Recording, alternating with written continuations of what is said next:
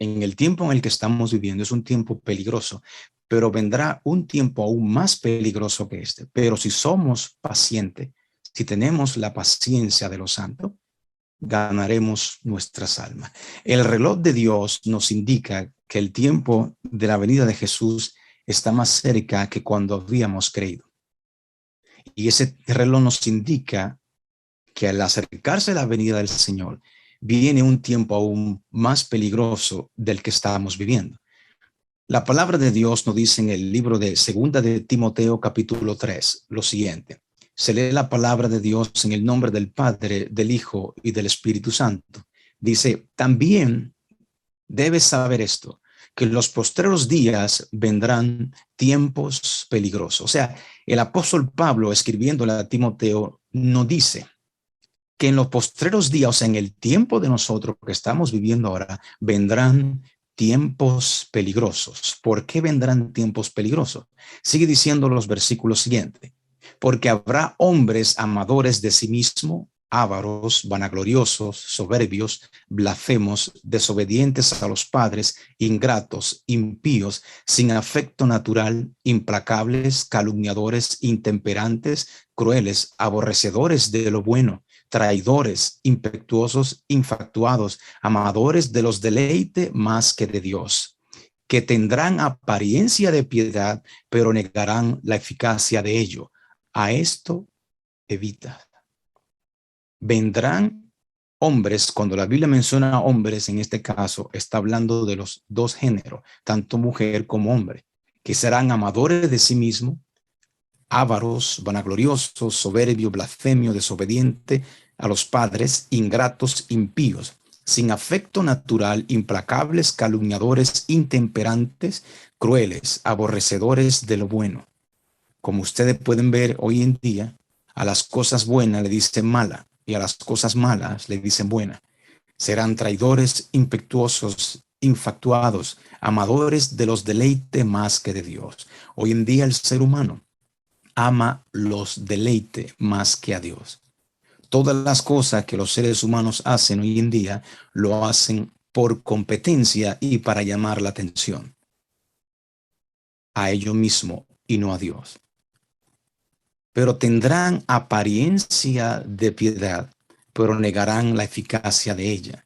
O sea, pretendrán ser creyentes de Dios, pero no harán ir a los pies de Jesús a las personas. Y el Señor nos dice al final de ese versículo 5, a estos evita. El versículo 13 dice lo siguiente, mas los malos hombres y los engañadores irán de mal en peor, engañando y siendo engañados, dándonos a entender que ese tiempo peligroso donde estarán estos seres humanos con este carácter, como leímos en 2 Timoteo capítulo 3, irán de mal en peor, o sea que las cosas van a empeorar. Estamos viviendo estas cosas y es un tiempo peligroso, pero vendrá un tiempo aún más peligroso que este. El versículo 5 nos decía que tendrían apariencia. ¿Qué es apariencia? Cosa que parece y no es. Apariencia de piedad. ¿Qué es la piedad? Virtud que inspira por el amor de Dios. Tierna devoción a las cosas santas y por el amor al prójimo. Actos de amor y compasión. O sea, que las personas hoy en día tendrán apariencia de buscar a Dios, de tener amor hacia el prójimo. Tendrán tierna devoción por las cosas santas. Tendrán cierto amor por Dios, pero todo eso va a ser apariencia. Recordemos, mis queridos hermanos, que creer en Dios y creerle a Dios son dos cosas diferentes. No podemos aparentar creer en Dios cuando no hacemos lo que Dios dice. Podemos decir como todos creemos en Dios, pero en realidad le creemos a Dios lo que Él dice. Tendrán apariencia de piedad, pero negarán la eficacia, la capacidad de lograr el efecto que se desea o se espera. Estamos nosotros en el umbral de tiempos aún más peligrosos que vendrán. Nos dice lo siguiente.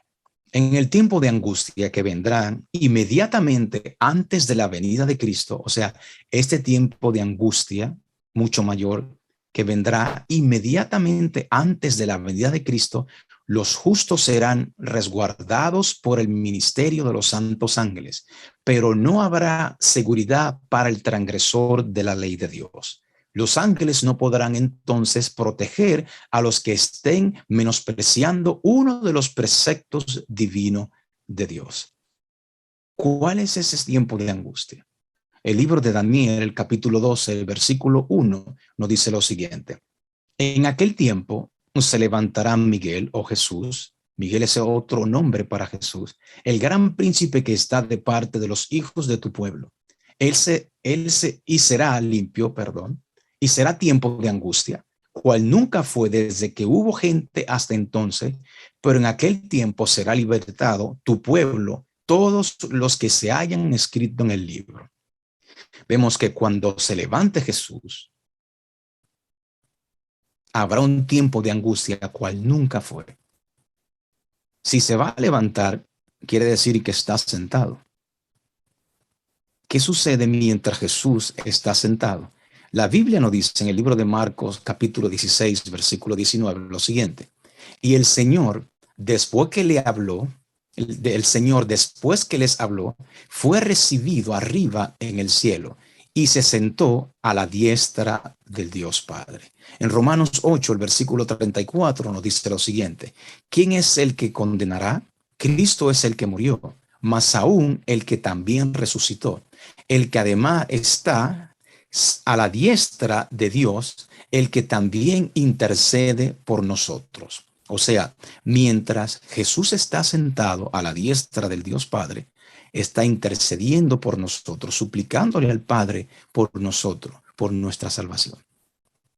Ejemplo que les doy, Lucas capítulo 13, para que veamos qué sucede entonces cuando Jesús se levanta. Si está sentado, está intercediendo, pero cuando se levanta, ¿qué sucede? Lucas capítulo 13, el versículo 22 al 28 dice lo siguiente. Pasaba Jesús por ciudades y aldeas, enseñando y encaminándose a Jerusalén, y alguien le dijo, Señor, ¿son pocos los que se salvan? Y él les dijo, o sea, se le hizo una pregunta, ¿pocos los que se salvan? Y él les dijo, versículo 24, esforzaos y entrar por las puertas angostas, porque digo que muchos procurarán entrar y no podrán. Después que el padre de familia se haya levantado, o sea, va a estar de pie, se levantará, y cerrado la puerta, en este caso la puerta de la gracia, la puerta de la misericordia, y estando fuera, empecéis a llamar a la puerta diciendo, Señor, Señor, ábrenos. Él respondiendo os dirá, no sé de dónde sois. Entonces comenzaréis a decir, delante de ti hemos comido y bebido, y en nuestras plazas enseñaste. Versículos 27 y 28. Pero os dirá, os digo que no sé de dónde sois. Apartaos de mí, todos vosotros hacedores de maldad, o hacedores de iniquidad, hacedores de pecado. Allí será el llanto y el crujir de dientes, cuando veáis a Abraham, a Isaac, a Jacob y a todos los profetas en el reino de Dios, y vosotros estéis excluidos. Dándonos a entender que cuando Jesús, Miguel, se levante, está hablando de juicio, del tiempo del fin. El versículo de Santiago 5, versículo 9, nos ayuda a entender esto un poquito más. Allí nos dice, hermanos, no os quejéis unos contra otros para que no seáis condenados. He aquí, el juez está delante a la puerta. Cuando se lee este versículo en inglés, esta frase donde dice, y el juez está delante de la puerta, significa judge standeth before the door. O sea, el juez está de pie ante la puerta. El juez es el que hace juicio. O sea, que cuando Miguel se levante, según lo que nos decía Daniel, capítulo 12, versículo 1, vendrá juicio, tiempo de angustia, tiempo de persecución, cual nunca ha habido antes. Pero dice que cuando comience este tiempo de persecución y cuando pase, solamente serán librados el pueblo que se haya escrito en el libro de la vida. ¿Quiénes son los que están escritos en el libro de la vida? Por ejemplo, el libro de Éxodo, capítulo 32, versículo 30 y 33, allí nos dice lo siguiente. Y aconteció que al día siguiente dijo Moisés al pueblo: vosotros habéis cometido un gran pecado, pero yo subiré ahora a Jehová, quizá le aplacare acerca de vuestro pecado. Versículo 31. Entonces volvió Moisés a Jehová y le dijo: te ruego, pues este pueblo ha cometido un gran pecado, porque se hicieron dioses de oro. Versículo 32. Que perdones ahora su pecado, y si no, ráeme ahora de tu libro que has escrito. Aquí Moisés está intercediendo ante Dios por el pueblo que había pecado. Y Moisés le dice: bórrame a mí de tu libro, si no lo vas a perdonar a ellos.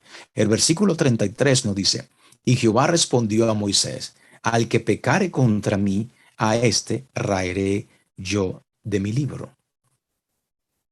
¿Quiénes entonces estarán escritos en el libro de la vida? Lo que a través de la fuerza del Espíritu Santo vivan en rectitud y santidad, estos estarán y permanecerán escritos en el libro de la vida. Para eso necesitamos a Jesús. Para eso necesitamos la ayuda del Espíritu Santo. Para eso tenemos que reconocer a Dios como nuestro Padre Celestial. Este tiempo de angustia comenzará después de la imposición de la marca de la bestia. El mundo entonces, cuando se imponga la imposición de la marca de la bestia, el mundo estará dividido en dos. Los que adoran a Dios y siguen a Jesús, y los que siguen lo que Satanás ha enseñado y está enseñando en este mundo. Por ejemplo, el libro de Apocalipsis, capítulo 13, 17 al 15 al 17, allí nos dice lo siguiente: y se le permitió infundir aliento a la imagen de la bestia, o sea, se le infundió vida a la unión de la iglesia y el Estado, para que la imagen, que es la unión de la iglesia y el Estado, hablase e hiciese matar a todo el que no adorase a la primera bestia.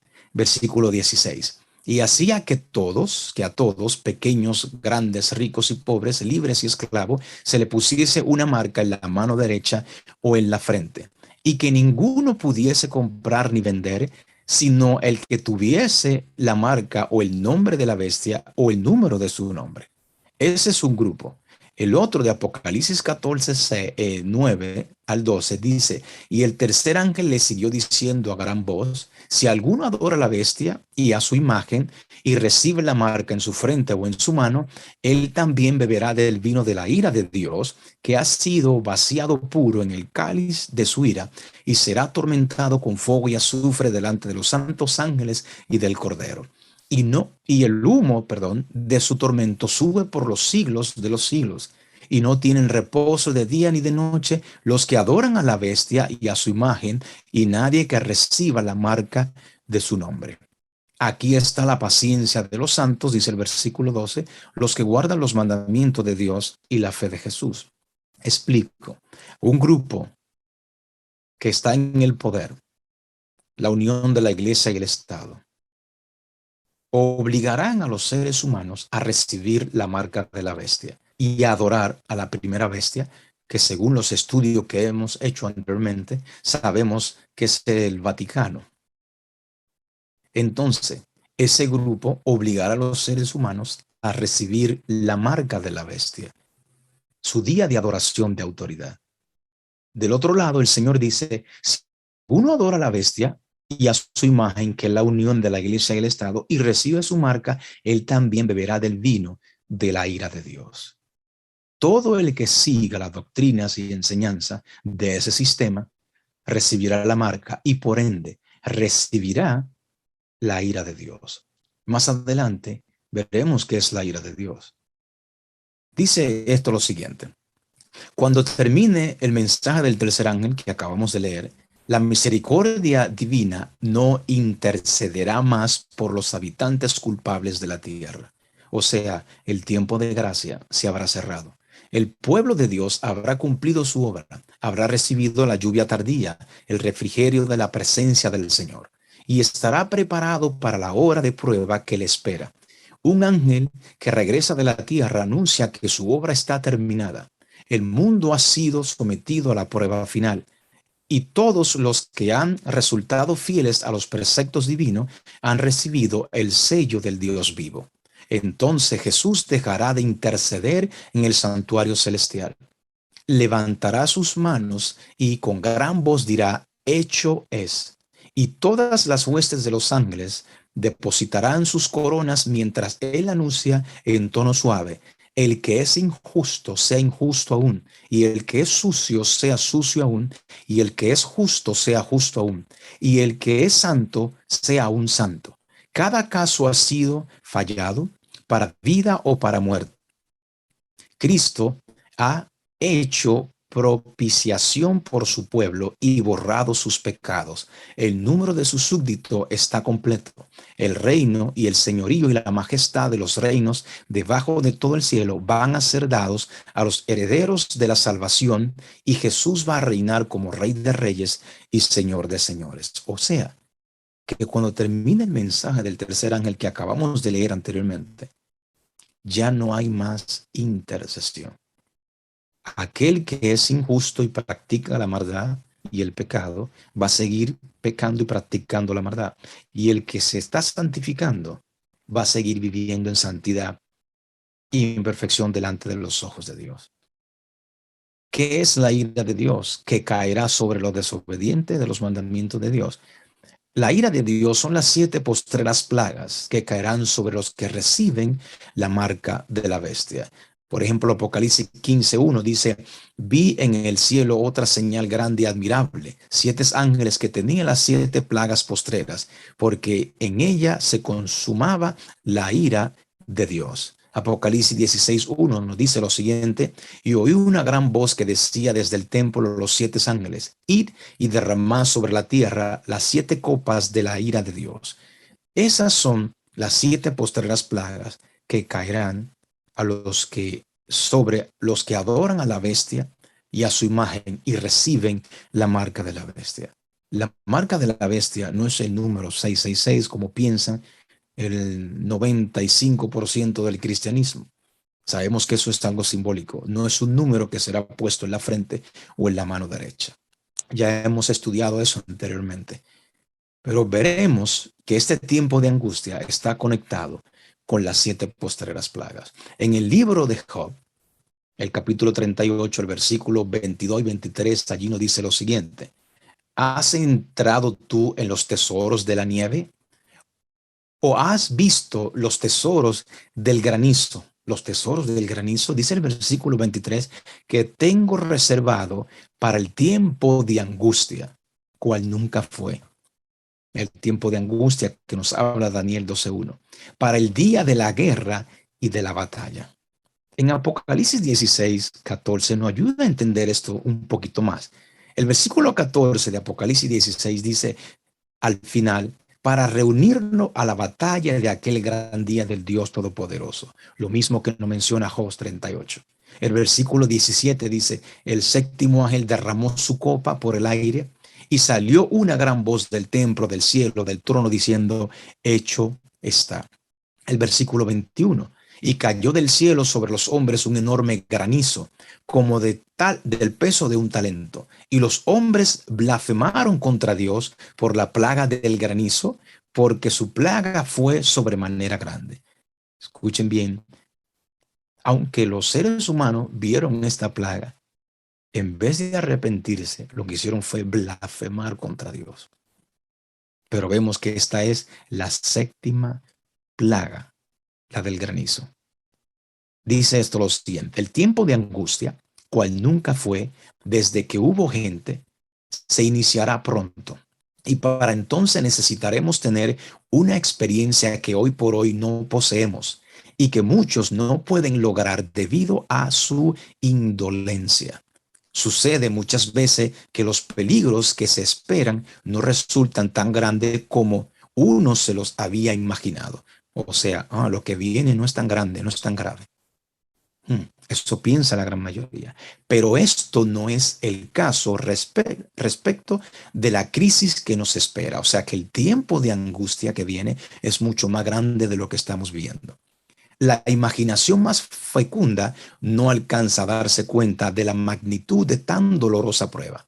En aquel tiempo de tribulación, cada alma deberá sostenerse por sí sola ante Dios. Escuchen bien, si Noé, Daniel y Job estuvieren en el país, en ese tiempo de angustia, vivo yo, dice Jehová el Señor, que ni a hijo ni a hija podrán ellos librar por su justicia. Tan solo a sus propias almas librarían. Esto está escrito en la palabra de Dios. En el libro de Ezequiel, marquen esto en sus Biblias también. Ezequiel 14 dice así los versículos del 13 al 20, lo siguiente, pongamos mucha atención. Hijo de hombre, cuando la tierra pecare contra mí, rebelándose perfidamente, y extendiere yo mi mano sobre ella, y le quebrantare el sustento del pan, y enviare en ella hambre, y cortare de ella hombre y bestia, si estuviere en medio de ella estos tres varones, Noé, Daniel y Job, ellos por su justicia librarían únicamente sus propias vidas, dice Jehová el Señor. Versículo 15. Y si hiciere pasar bestia feroces por la tierra y la asolaren y quedares desolada, de modo que no haya quien pase a causa de las fieras, y estos tres varones estuviesen en medio de ella, vivo yo, dice Jehová el Señor, ni a sus hijos ni a sus hijas librarían. Ellos solos serían librados y la tierra quedaría desolada. Versículo 17. Y si yo trajera espada sobre la tierra y dijera espada pasa por la tierra e hiciere cortar de ella hombres y bestia, versículo 18 dice, estos tres varones estuviesen en medio de ella, vivo yo, dice Jehová el Señor, no librarían a sus hijos ni a sus hijas, ellos solos serían librados. Versículo 19 al 21 nos dice, o si enviare pestilencia sobre esta tierra y derramare mi ira sobre ella en sangre para cortar de ella hombre y bestia, y estuviesen en medio de ella Noé, Daniel y Job, vivo yo, dice el Señor, no librarían a hijo ni a hija. Ellos por su justicia librarían solamente sus propias vidas. Muy interesante. No está queriendo decir el Señor que cuando vengan todas estas cosas, todas estas calamidades, esta pestilencia, estas guerras, esta hambruna, si estuvieran solamente en la ciudad Noé, Daniel y Job, ellos no podrían librar a sus hijos. Solamente ellos mismos se librarían por su propia justicia, dándonos a entender que nosotros no podemos salvar a nuestros seres queridos o a nuestros hijos, a nuestras hijas, a nuestros esposas, esposos, por la propia justicia, lo que vivan justamente delante de Dios, serán librados únicamente. Eso quiere decir que la salvación es individual. Todos tenemos que tener una relación íntima con el Señor. Versículo 21 dice lo siguiente.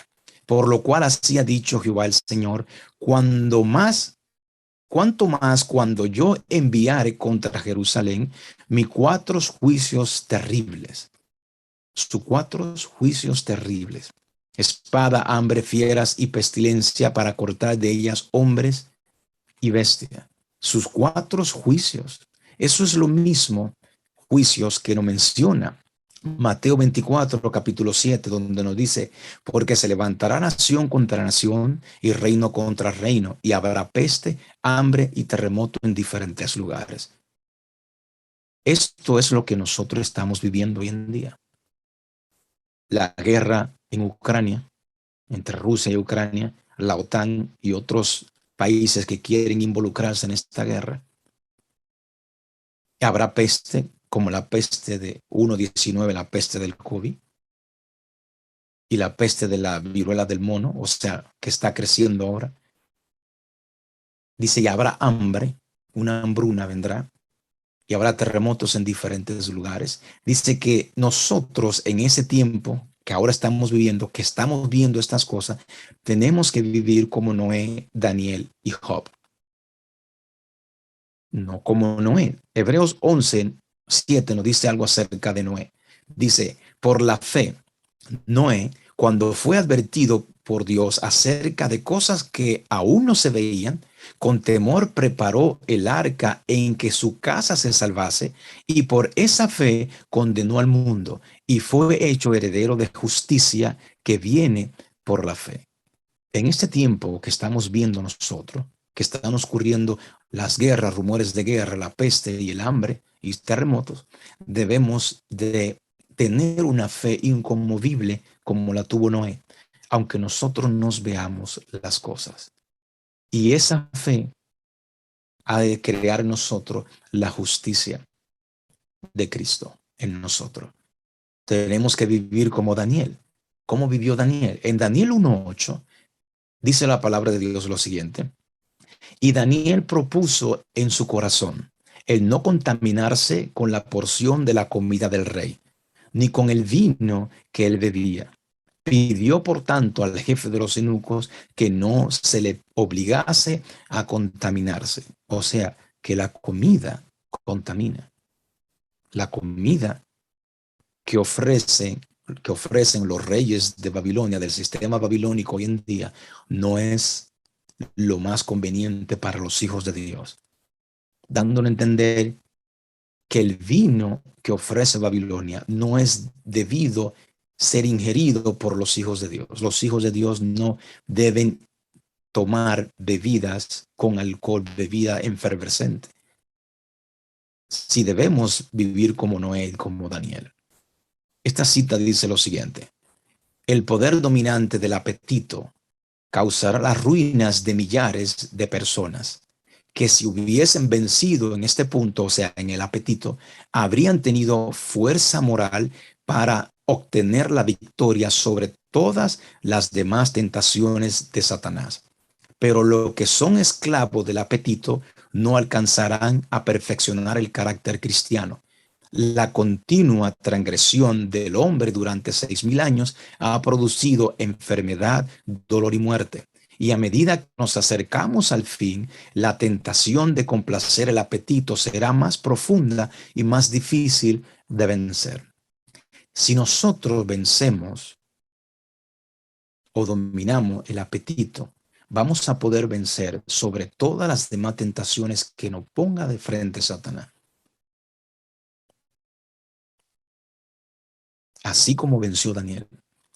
Daniel 1:16 nos dice lo siguiente: así pues, Belsasar se llevaba la porción de la comida de ellos y el vino que habían de beber, y le daba legumbres.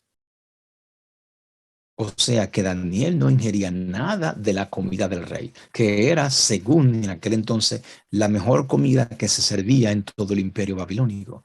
Y aún así, él no aceptó ese tipo de comida, sino que pidió que no se le obligase a contaminarse con esta comida ni con el vino, sino que se le diese legumbres a comer. En Daniel capítulo 6, el versículo 10 dice: cuando Daniel supo que el edicto había sido firmado, entró en su casa y, abiertas las ventanas de su cámara que daban hacia Jerusalén, se arrodillaba 3 veces al día y oraba y daba gracias delante de su Dios como lo solía hacer antes, dándonos a entender este versículo que cuando se dicte el edicto que sabemos que vendrá, en que todos deberán adorar a un Dios falso, en un día falso, se tratará de obligar a todos los seres humanos a aceptar ese día falso de adoración y adorar al Dios Sol a través de ese día. Y sabemos quién es ese Dios Sol. Entonces, en este tiempo de angustia que vendrá con ese edicto, los verdaderos hijos de Dios tendrán que arrodillarse y orar constantemente. Daniel lo hacía 3 veces al día. Como dice el Salmo 55:17, tarde, mañana y a mediodía oraré y clamaré y él oirá mi voz. Eso es una promesa de Dios. Ustedes y yo debemos de clamar en este tiempo a Dios. en este tiempo de angustia que estamos viviendo y en el tiempo de angustia que vendrá aún más fuerte. ¿Cuántas veces al día oramos ahora mismo? ¿Oramos nosotros 3 veces al día? ¿2 veces al día? ¿Una? ¿4, 5, 10, 7? Nosotros, al igual que Jesús y como Daniel, tenemos que estar en constante comunión con Dios a través de la oración. Vienen tiempos peligrosos. Hablamos de Noé y de Daniel. Pero ¿qué dice acerca de Job? Job capítulo 1, versículo 1 dice lo siguiente. Hubo en tierra de Uz un varón llamado Job, y era este hombre perfecto y recto, temeroso de Dios y apartado del mal, dándonos a entender que en el tiempo de angustia que vivimos y el gran tiempo de angustia que vendrá, tenemos que vivir como vivió Job. Job era un varón perfecto y recto, temeroso de Dios y apartado del mal. Versículo 21 dice, y dijo, desnudo salí del vientre de mi madre, y desnudo volveré allá. Jehová dio y Jehová quitó, sea el nombre de Jehová bendito. Nosotros sabemos la historia de Job, que era un hombre súper rico en el oriente. Todo lo que tenía, Dios le permitió a Satanás que se lo quitara. Y aún así, Job no pecó ni blasfemó el nombre de Dios. Como dice el versículo 21, Jehová dio y Jehová quitó, sea el nombre de Jehová bendito. El versículo 22 dice, en todo esto, aunque se le quitó todo a Job, no pecó Job, ni atribuyó a Dios despropósito alguno. Dice esta cita lo siguiente, ahora, mientras que nuestro gran sumo sacerdote Jesús está haciendo propiciación o intercesión por nosotros, debemos tratar de llegar a la perfección en Cristo. O sea, ahora, mientras Jesús está sentado a la diestra de Dios Padre intercediendo por nosotros, debemos tratar de llegar a la perfección en Cristo. Nuestro Salvador no pudo ser inducido a ceder a la tentación, ni siquiera en pensamiento. Satanás encuentra en los corazones humanos algún asidero en que hacerse firme. Es tal vez algún deseo pecaminoso que se acaricia, por medio del cual la tentación se fortalece. Pero Cristo declaró al hablar de sí mismo, viene el príncipe de este mundo, o sea, Satanás, mas no tiene nada en mí. Satanás no pudo encontrar no pudo encontrar nada en el Hijo de Dios que le permitiese ganar la victoria. Cristo guardó los mandamientos de su Padre y no hubo en él ningún pecado de que Satanás pudiera sacar ventaja. Escuchen bien, esta es la condición en que deben encontrarse los que han de poder subsistir en el tiempo de angustia, dándonos a entender que en este tiempo de angustia y el gran tiempo de angustia que vendrá, nosotros tenemos que reflejar el carácter de Cristo. Así como Cristo vivió guardando los mandamientos de su Padre, como dice al final, esta es la condición en que deben encontrarse los que han de poder subsistir en el tiempo de angustia, como nos dice la palabra de Dios. Santiago 1, versículo de 2 al 4. Hermanos míos, tened por sumo gozo cuando os halléis en diversas pruebas, sabiendo que la prueba de vuestra fe produce paciencia. Mas tenga la paciencia su obra completa, para que seáis perfectos y cabales, sin que os falte cosa alguna. En Santiago 5, los versículos del 7 al 10, nos dice la palabra de Dios. Por tanto, hermanos, tened paciencia hasta la venida del Señor. Mirad cómo el labrador espera el precioso fruto de la tierra, guardando con paciencia hasta que reciba la lluvia temprana y la tardía. Tened también vosotros paciencia y afirmad vuestros corazones, porque la venida del Señor está cerca. Eso es para nosotros ahora. Hermanos, no os quejéis unos contra otros para que no seáis condenados. He aquí, el juez está delante de la puerta. Hermanos míos, tomad como ejemplo de aflicción y de paciencia a los profetas que hablaron en el nombre del Señor. El versículo 11 dice lo siguiente: He aquí, tenemos por bienaventurados a los que sufren. Habéis oído de la paciencia de Job y habéis visto el fin del Señor, que el Señor es muy misericordioso y compasivo. Se nos da el ejemplo que nosotros tenemos que vivir en el tiempo del fin con la paciencia de Job.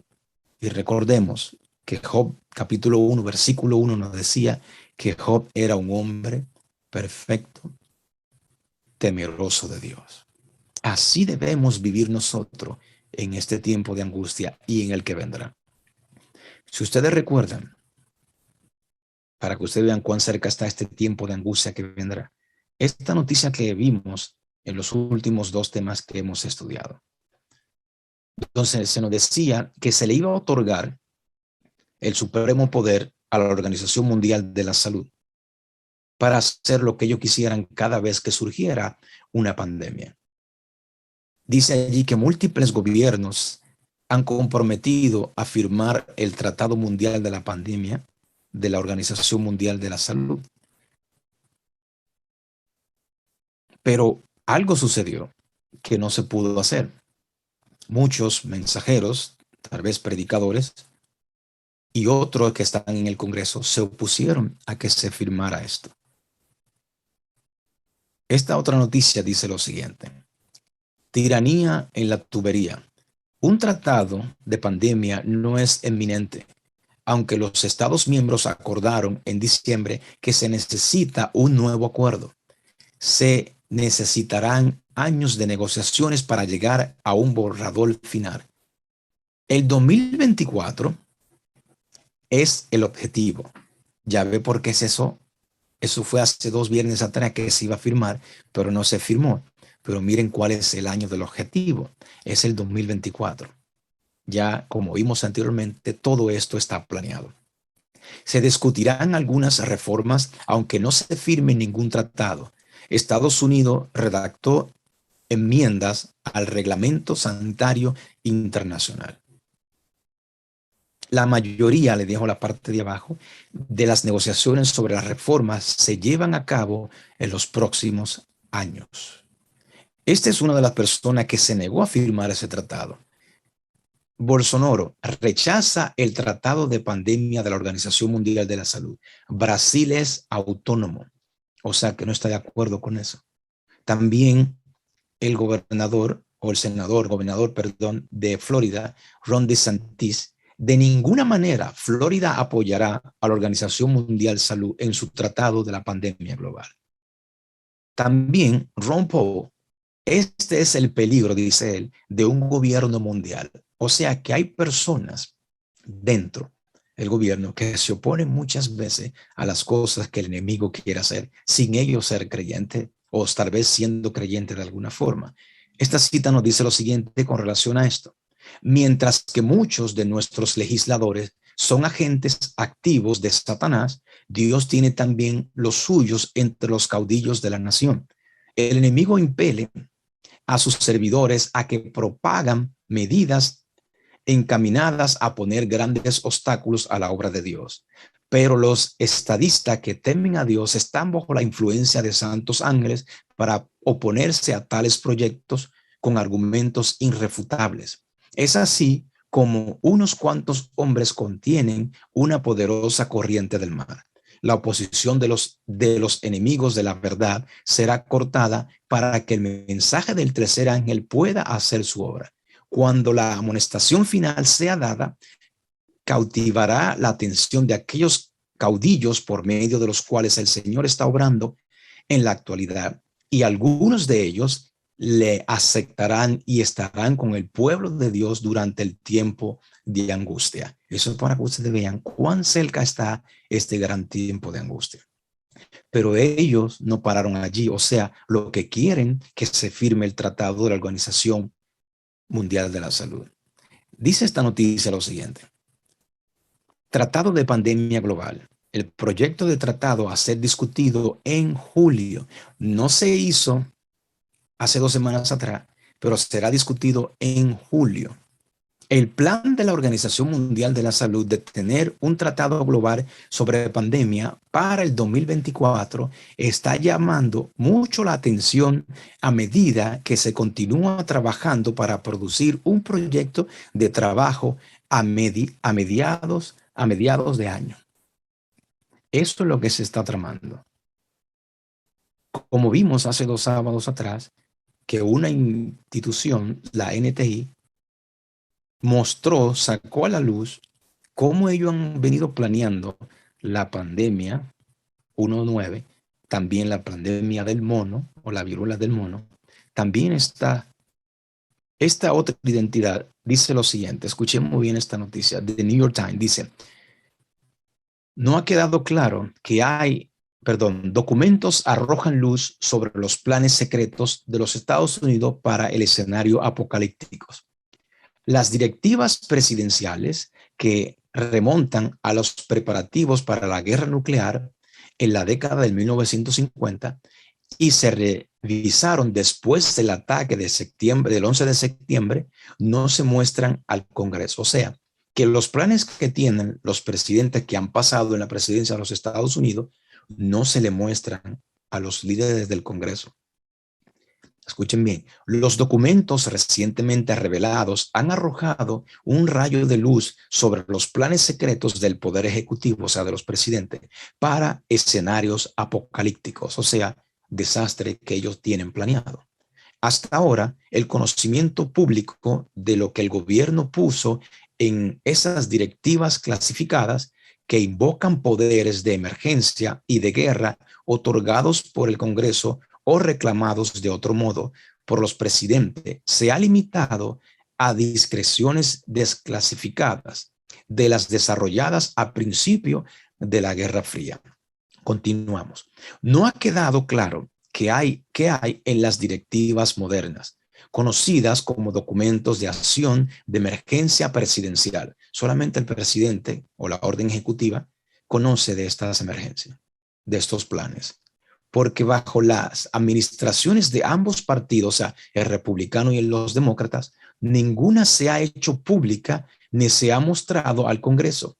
Pero los documentos recientemente revelados que se relacionan con los esfuerzos de las administraciones de George W. Bush para revisar los proyectos de órdenes después de los ataques del 11 de septiembre del 2001 ofrecen pista, o sea que hay alguna luz que está saliendo. Elizabeth Goten del Centro Brennan para la Justicia de la Universidad de New York dijo que probablemente se han ampliado para incluir otros escenarios más allá de un devastador ataque nuclear. O sea, quieren decir que algo más grande que lo que sucedió en el septiembre 11 del 2001, el ataque a las Torres de Mela, ellos están planeando algo mucho más grande para que se lleven a cabo estos planes. Por ejemplo, dicen ellos, un devastador ataque nuclear. Dice, los documentos muestran que las versiones posteriores se extendieron de una categoría a 7, aunque sus temas permanecen secretos y caen dentro de la jurisdicción de agencias con diferentes áreas de enfoque. Y sin embargo, no hay supervisión por parte del Congreso y eso es inaceptable. Como decía esta noticia, que ellos tratarán de crear algo más grande que lo que ocurrió en las Torres de Mela y mencionan un devastador ataque nuclear. Está sucediendo eso ahora. ¿Cómo ellos planean las cosas? Dice esta noticia, Rusia amenaza con nuevos despliegues nucleares si Suiza y Finlandia se unen a la OTAN. La noticia nos decía que ellos están planeando un ataque nuclear. Y esta nos dice que Rusia amenaza con nuevos despliegues nucleares si Suiza y Finlandia se unen a la OTAN. Esta noticia nos dice, Finlandia y Suiza presentan solicitudes para unirse a la OTAN. ¿Qué sucederá entonces? ¿Está todo esto planeado?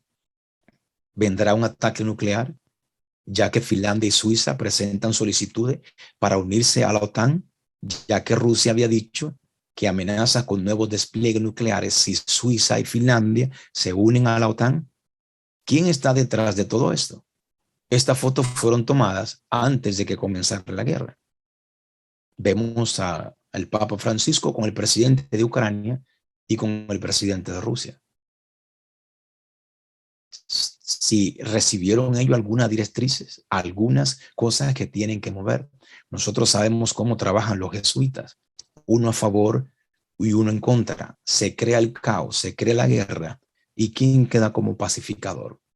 Y cuando ellos digan paz y seguridad, nos dice la palabra de Dios, vendrá destrucción repentina sobre ellos. Y no solamente la guerra, recordemos que los 4 juicios de Dios son guerras, rumores de guerra, hambre y peste y terremotos en diferentes lugares. Esta noticia nos dice, un experto en inseguridad alimentaria predice que solo quedan 10 semanas de suministro de trigo en el mundo, ya que la invasión rusa interrumpe la producción. 10 semanas. ¿Qué son 10 semanas? 2 meses y medio. 2 meses y medio de suministro de trigo en el mundo. ¿Qué sucederá para los que están sembrando su comida? Aparte de eso, dicen las Naciones Unidas, le quitamos comidas a los hambrientos y se las damos a los que se están muriendo de hambre. Eso es muy interesante, porque nosotros sabemos lo que viene ya. Las cosas irán de mar en peor, irán empeorando. Si usted tiene algunas cositas sembradas, no lo digo esto para asustar ni crear pánico, pero si usted tiene alguna cosita sembrada y sus hijos, sus nietos no están llorando, aquel que no tiene sembrado vendrá y le quitará a usted lo que usted tiene. ¿A quién necesitamos entonces? A Jesús. Volvemos a la noticia anterior. Dice, sigue diciendo el plan de ellos. Después de todo, cualquier otro presidente no puede hacer mucho sin tropezar con los límites establecidos por la Constitución y el Congreso y aplicados por los tribunales, o sea, la Corte Suprema. En el momento en que el presidente declare una emergencia nacional, una decisión que está totalmente a su discreción, puede dejar de lado muchos de los límites legales de su autoridad. Por ejemplo, el presidente puede, con un movimiento rápido de su pluma, activar leyes que le permitan cerrar muchos tipos de comunicaciones electrónicas dentro de los Estados Unidos o cancelar cuentas bancarias en los Estados Unidos. Si ellos dicen que hay una emergencia nacional, como lo que están planeando con el cambio climático, ellos pueden cambiar la constitución de los Estados Unidos, como por ejemplo poner una ley marcial, y así la constitución de Estados Unidos queda abolida por completo. Y ellos tienen derecho a pagar todos los medios de comunicaciones, como el internet, como los teléfonos, como las noticias y aún las cuentas bancarias. Sigue diciendo esta última parte, dice, la orden ejecutiva 13224, una vez que una persona es designada como terrorista o simpatizante, o sea, en este caso, nosotros, porque cuando se ponga el edicto de adorar a Dios o a un falso Dios en un día que Dios no ha establecido y nosotros no estemos de acuerdo, ¿qué ustedes piensan? ¿Cómo nos llamarán a nosotros? ¿Estaremos, dirán ellos, en contra de la ley del gobierno y nos llamarán terrorista, anárquico? La orden ejecutiva 13224, una vez que una persona es designada o señalada como terrorista o simpatizante, bajo la orden, ningún estadounidense puede legalmente darle un trabajo, alquilarle un apartamento, brindarle servicios médicos o incluso venderle un pan.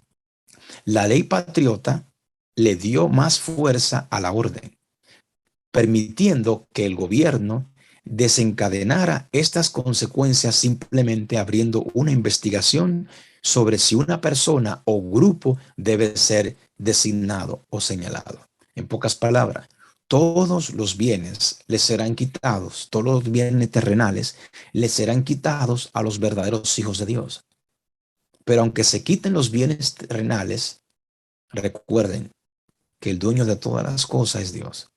Y los hijos de Dios tendrán su pan y su agua segura. Dice esta cita lo siguiente: el último gran conflicto de la controversia con Satanás: los que sean leales a Dios se verán privados de todo apoyo terrenal, porque se niegan a violar sus leyes en obediencia a los preceptos terrenales. Se les prohibirá comprar y vender, lo que dice Apocalipsis 13. Nadie podrá comprar ni vender sino el que tenga la marca de la bestia. Se les prohibirá comprar o vender. Finalmente será decretado que se les dé muerte. Pero al obediente de la ley de Dios se le hace la promesa: habitará en las alturas, fortaleza de roca será su lugar de acogimiento. Se le dará su pan y sus aguas serán ciertas o serán seguras. Los hijos de Dios vivirán por estas promesas. Aunque todo bien terrenal no sea quitado, Dios proveerá siempre. Los que honran al sábado de la Biblia serán denunciados como enemigos de la ley y el orden que establezca el gobierno y la unión de la iglesia y el Estado, como quebrantadores de las restricciones morales de la sociedad o del poder civil, y por lo tanto acusantes de anarquía y corrupción que atraen sobre la tierra los altos juicios de Dios, dirán ellos. Sus escrúpulos de conciencia serán presentados como obstinación, terquedad y rebeldía contra la autoridad. Serán acusados de deslealtad hacia el gobierno. Los ministros que niegan la obligación de la observancia de la ley divina predicarán desde el púlpito que hay que obedecer a las autoridades civiles porque fueron instituidas por Dios. En las asambleas legislativas y los tribunales se calumniarán y condenarán a los que guardan los mandamientos de Dios. Se falsearán sus palabras y se atribuirán a sus móviles las peores intenciones. Hermanos queridos, recuerden lo que nos dice la palabra de Dios. Es menester obedecer a Dios antes que a los hombres. Aunque se desplomen los cielos, tenemos que mantenernos firmes a la ley de Dios, a los mandatos divinos del Señor. Y aún, aunque haya escasez, el Señor dará su alimento, su pan y su agua a los que sean obedientes a los santos preceptos divinos de Dios. En el libro de Romanos nos dice lo siguiente. Entendamos esto. Romanos 8, versículo 31 al 38 dice: ¿qué pues diremos esto? Si Dios es por nosotros, ¿quién contra nosotros? El que no escatimó ni a su propio Hijo, sino que lo entregó por todos nosotros, ¿cómo no nos dará también con él todas las cosas? ¿Quién acusará a los escogidos de Dios? Dios es el que justifica. ¿Quién es el que condenará? Cristo es el que murió, más aún el que también resucitó, el que además está a la diestra de Dios, el que también intercede por nosotros. ¿Quién nos separará del amor de Cristo? ¿Tribulación, o angustia, o persecución, o hambre, o desnudez, o peligro, o espada? Dice el versículo 36 al 39. Como está escrito: por causa de ti somos muertos todo el tiempo, somos contados como oveja de matadero. Antes, en todas estas cosas somos más que vencedores por medio de aquel que nos amó, por lo cual estoy seguro de que ni la muerte, ni la vida, ni ángeles, ni principados, ni potestades, ni lo presente, ni lo porvenir, ni lo alto, ni lo profundo, ni ninguna otra cosa creada nos separará del amor de Dios que es en Cristo Jesús, Señor nuestro. Mis queridos hermanos, solo hay una cosa que nos separa de Dios. Según Isaías 59:2 dice que nuestras iniquidades, nuestros pecados han hecho una separación entre Dios y nosotros. Quiere decir que para que Dios esté con nosotros y nosotros con Dios, debemos de cesar antes que entre este tiempo de angustia. Debemos de dejar de pecar. Y solamente eso lo hacemos con la fuerza, la ayuda del Espíritu Santo, a través de la oración y el estudio de su palabra constantemente. Hermanos queridos, Recordemos que creer en Dios y creerle a Dios son dos cosas diferentes. Dios le guarde, Dios me le bendiga rica y abundantemente. Maranata, Cristo viene pronto. Bendiciones.